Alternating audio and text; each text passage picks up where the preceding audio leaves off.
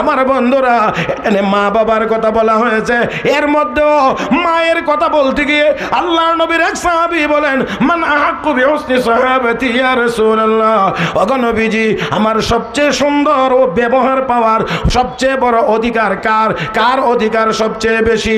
রাসূল বলছেন, তোমার মা। তারপরে কে? তোমার মা। তারপরে কে? তোমার মা। তারপরে কে? তোমার বাবা। ও মুসলমান, এখানে 4 ভাগের 3 ভাগ কার? 4 ভাগের 3 ভাগ কার? বাবার। রাগ করেন না আপনারা, এনে রাগ করেও কোনো লাভ নাই, কারণ আমরা কাজ যদ্দূর বিনিময় অদ্দূর। কথা কয় না রে, আমরা এখানে কাজ যদ্দূর বিনিময় অদ্দূর। মহিলাদের কাজ এখানে বেশি, বিনিময় বেশি। আমরা চাই সব কানে তাই না সমান করতাম, এটা বলে অধিকার। কি করলে? আরে আল্লাহ, আজকে শুরু করছিলাম সময় তো নাই ওই মানুষ বলতে গেলে, এখন তো আলহামদুলিল্লাহ মজমা সুন্দর হয়েছে। এটা যদি শুরু থেকে পাইতাম তাহলে তো আমার মানে স্পিডটা আর একটু বেশি থাকতো আর কি। আমার দিক তাকান, অসুবিধা হচ্ছে না তো? ইনশাআল্লাহ আজান পর্যন্ত চলবে। হ্যাঁ, আজান পর্যন্ত চলবে ইনশাআল্লাহ। আরে আপনি আবার কোনটা কোন? আরে হ্যাঁ, সভাপতি সাহেব, সভাপতি না, আমার দিক কি বলছিলাম? এখানে আমাদের ভূমিকা 4 আনা আর ওনাদের ভূমিকা 12 আনা, তাই না?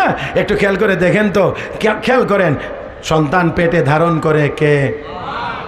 জোরে কন। প্রসবকালীন যন্ত্রণা সহ্য করেন কে? 2 বছর পর্যন্ত দুধ খাওয়ান কে? এখানে পুরুষের কোনো অংশীদারিত্ব আছে? নাই। তো এখন যদি কেউ বলে যে নারী আর পুরুষের অধিকার সমান, তাহলে 280 দিন বাচ্চা মায়ের পেটে থাকে, তুই 140 দিন ল।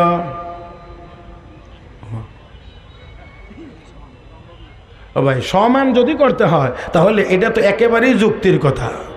সবখানেই যদি সমান করা লাগে তো একজনে কেন? এই বাচ্চা তো তোমারও বাচ্চা, তারও বাচ্চা, তাহলে উনি একলা কেন 280 দিন পেটে রাখবে?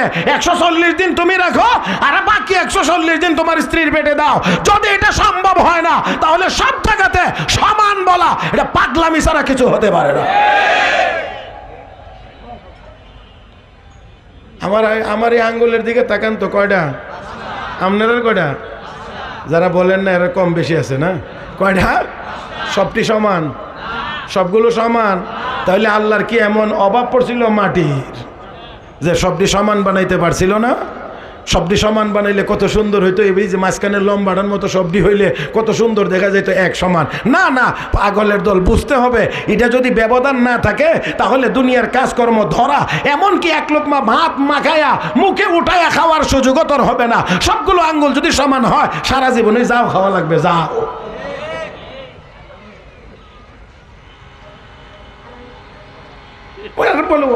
অনেক বড় বড় ডিগ্রি বলে এদের আছে, যারা এরকম কথাগুলো বলে। আমি মাঝে মাঝে খুঁজে পাই না, আমার কাছে মনে হয় এরা আবার প্রাইমারিতে ভর্তি করা দরকার। আর যদি আরেকটু বাড়ায়া যদি বলি তো এই প্রাইমারিতে ভর্তির আগে ভাবনা ঘুরাইয়া আনা দরকার। অনেকের কথা শুনলে এমন মনে হয়।